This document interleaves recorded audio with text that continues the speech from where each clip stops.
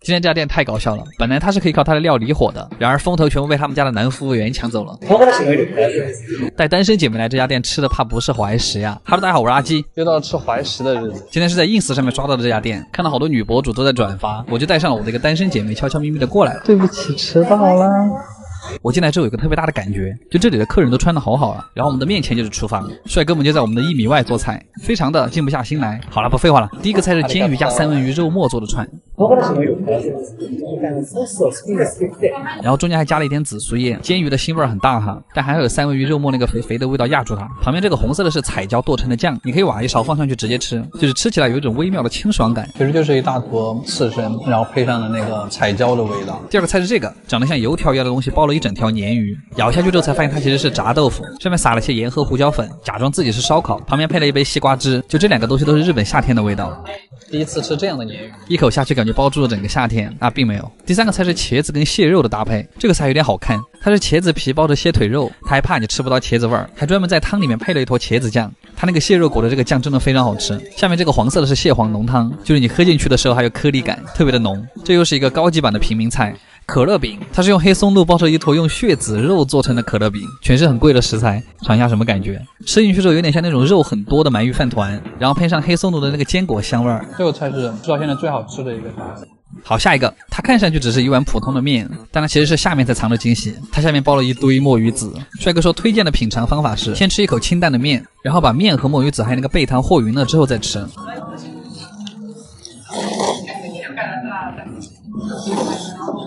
感觉这个比荞麦面好吃10000倍，它这个面比荞麦面更薄更脆，而且下面的墨鱼籽真的巨多，就是你嗦一口面感觉嘴巴里都是粉粉的感觉，感觉像是一口吃了几万个墨鱼宝宝。下一个菜我很喜欢，它是牛肉配芝士面包，面包里面加的是烤化了的咸芝士，它下面那个是薄薄的一片牛肉火腿，旁边配了一些不知道什么的草。先尝一片这个面包，然后再把牛肉放到那个芝士面包上面，虽然这样一口有点大，但这样一起吃的味道才爽。还好有那个草，要不然真的太腻了。然后接下来上的是主食，玉米浓汤饭和猪肉串，还有一小碗紫苏叶。我觉得它这个重点应该是那个玉米汤，味道真的是浓郁香甜。它这个里面甚至加了一点蛋黄酱的那种，有一点点像那个咸蛋黄的味道，不单单只是玉米味哈，特别好吃。我宣布这个取代了之前的血籽可乐饼，成为了今天的全场最佳。好啦，最后的甜品是雪大福，就是2坨脆饼中间加了一坨雪大饼，大福里面是红豆沙和冰淇淋。这个让我想起了当年我求我妈求了1个月让她给我买的雪月饼。这家店的菜品总来说还是很有创意的，就是味觉体验大探索。阿基推荐指数8.5分，卡玩意儿。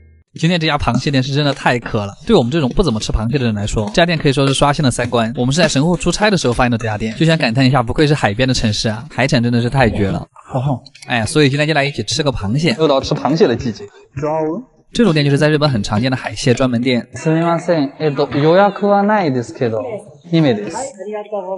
哎，这家看样子还比较老字号，那老店的规矩肯定是要脱鞋。不过说句题外话哈，这家店的女服务员颜值是不是都比较高？ここのなんか中国人のお客さんが多いですか？最近。算了，强行搭讪还是有点尴尬，我们还是乖乖吃饭吧。哎，不说废话，开始第一个前菜，它是帝王蟹的腿，下面再加了一个炸面包，炸面包的油香已经进到了蟹肉里面。第二个前菜是凉拌煮的金枪鱼肉，金枪鱼煮了之后就像鸡胸肉一样柴，不是很习惯这种做法。第三个前菜是红薯配带鱼，这个红薯微甜还有点脆，这坨黑乎乎的就是腌制的甜带鱼，那个带鱼的腥味还挺上头。下一个前菜是蟹肉豆腐，我还以为它是蒸蛋，结果就真的只是豆腐，感觉自己像是在吃蟹肉龟苓膏。接着是我们的第一个主菜，然后它下面那个盘子非常的烫，里面装的是一碗芝士蟹肉，真的是打开盖子就能闻到那个烤芝士的味道。下面是2坨很完整的蟹腿肉，然后你一定要挖一大口那个芝士，这个芝士不甜，而且它里面还加了有陈皮跟水果玉米，所以你吃完一整份都不会觉得腻，特别是那个烤芝士边边太香了，这个菜单多给10分都没有问题。接着上了一盘冷蟹肉，冲淡一下我们的芝士味啊，然后就是我们今天的重头戏之一，蟹肉刺身，这太奇葩了，我第一次知道原来蟹肉长这个样子，掰开之后里面居然是一条一条的，甚至觉得有点恶心，但据说这个味道很好。吃进去之后你会发现那个蟹肉的咸味特别的浓郁，就前所未有的浓郁，可能这就是生肉的魅力，但是肉确实是很多，你就当是在吃生鱼片吧。然后是一份铁板帝王蟹，因为是烤的，所以壳肉已经分离了，吃起来就比较方便。感叹一下，蟹还是要烤的才好吃啊，那种蟹皮焦脆焦脆的感觉特别的上头，而且帝王蟹的肉真的好多，啃下去一口全是肉。然后又上了一份冰蟹，就是用来重置你味觉的，每次要衔接下一个主菜的时候就会给你上这个。下一个主菜是这个炭烤松叶蟹，松叶蟹的肉会比较少，就是比较苗条嘛，但是它的肉会比较紧实一点，就你吃起来会觉得更嫩，而且那个独特的炭火香气我真的很喜欢。然后我们的下一个重量级主菜就是这个超彗星碎石无敌巨肉爪啊，名字是我随便取的，太大了这个也。哇，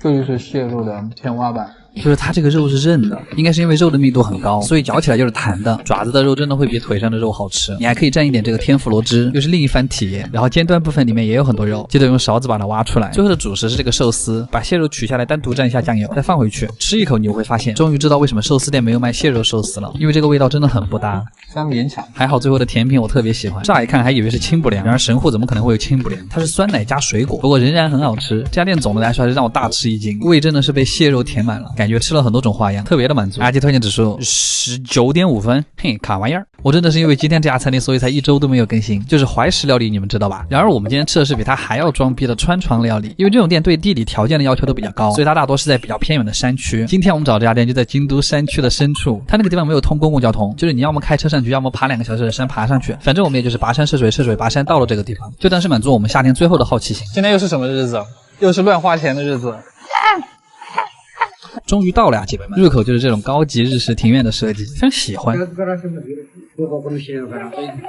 当然吃川床还是要脱鞋的哈，免得你的鞋子被冲到鸭川里面去。我们这个没有在最上游，但是还是不错了。看到这儿你们就懂了，川床就是指的在河上面搭了一个吃饭的地方。这肯定是我来过最凉快的餐厅。但是问了服务员好像并不能泡脚了，所以我们还是直接吃饭吧。这是第一个前菜，一堆夏天的食材。这个是血子鱼冻，它吃起来就是鳗鱼口味的果冻，然后是一只裹了蛋黄的小虾，就也没什么特别的。比较奇葩的是这个鳝鱼，皮其实已经给你剥下来了，莫名的有点奇怪。然后是腌制的半截鲶鱼。日本到了夏天，哪家餐厅都会有这个菜。然后是一个三文鱼寿司。我这样说你在河边真的没必要弄海鲜，味道非常勉强。然后这个东西很好吃，它是蛋卷生姜，这是这里面最开胃的一个菜。然后上了一杯小甜虾，还有一杯豆角的沙拉啊，单鸭也算鸭。然后是一小杯水蜜桃汁，不过这个还挺好喝的。然后是一小盘刺身、鲷鱼、鱿鱼、金枪鱼，中间这个草查了一下叫阿尔巴拉菠菜，还是金枪鱼最好吃啊！就是什么季节它都很好吃，而且还是厚切，脂肪也适中。鲷鱼还是一如既往的平淡，就是胀肚子用的。这坨肥肥厚厚的鱿鱼其实还可以，应该是现杀的。然后这个是我最期待的他们家的鲶鱼，因为这个就是在河里面养的。这一条鱼看上去一脸懵逼，我做错什么了？阿姨说吃的时候要把这个青汁淋到上面，然后从头开始吃。头的地方因为没什么内脏就不苦，但它实际上苦一点会更香。这个完了之后就是天妇罗了，中间那个是烤麸，就是在关东煮经常吃到的那个。它上面这个好像是玉米粒，还可以撒一点抹茶盐上去。然后这个是鲶鱼幼崽，为什么这么小就要吃人家？因为它好吃。接着是炸虾，外面裹了一层甜甜的脆皮，然后是黑胡椒小和牛，那个黑色的小球就是黑胡椒。原来黑胡椒长这个样子，而且居然是甜口的，好吃。果然还是牛排才有满足感。然后是一个凉菜，血子配梅子酱，什么清奇的搭配，可能这就是夏天才有的吃法吧。然后是一份流不动的流水素面，有点像我们那个细挂面，但它这个面是冰的，这个碗都是从冰箱里拿出来的。酱汁就和soba的味道一样，就是可乐兑茶的感觉，还是好吃的，而且吃了这个特别凉快。最后一道是米饭，就是白米饭加鱼苗加味增汤加茶，还有2块腌萝卜，就是感觉越吃越清淡。最后的甜品是西瓜加哈密瓜，你们看这一口，80。然后最后结账的时候还送了我们一把扇子，是一次可爱的体验，9分，很适合来玩一下。夏天就这样吧。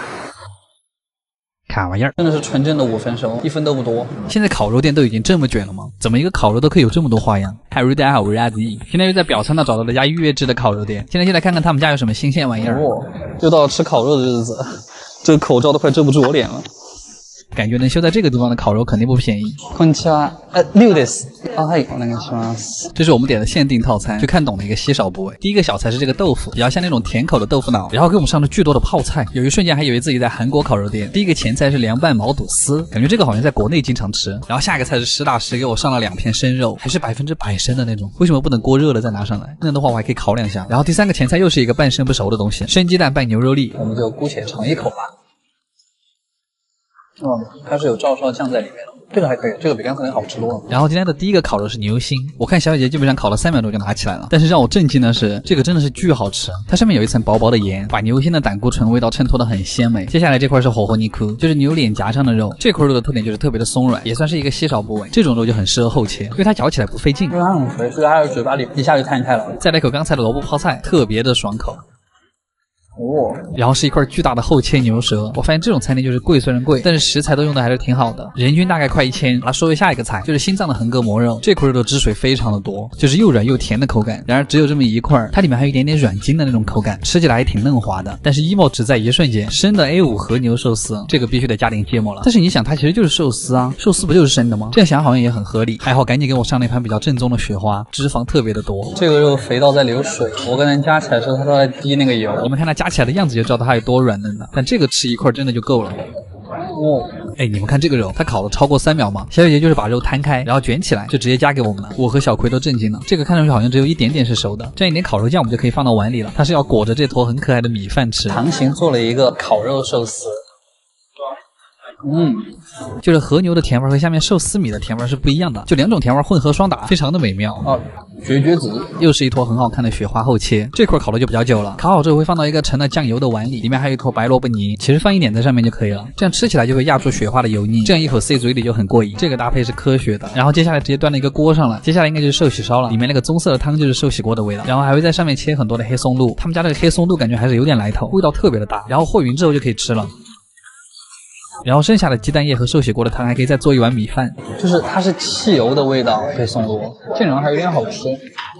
最后的主食是一碗寿吧，这个又是什么操作啊？我是吃不下了。但他们家这个甜品还有点意思，是一个堆成山的咖啡刨冰，还配了一碗黑色的不明物体。它这个太黑了，我相机都拍不出来。吃进去之后发现它其实是某种甜豆，感觉今天这家店是真的挺有创意的。阿奇推荐指数8分，啥玩意儿？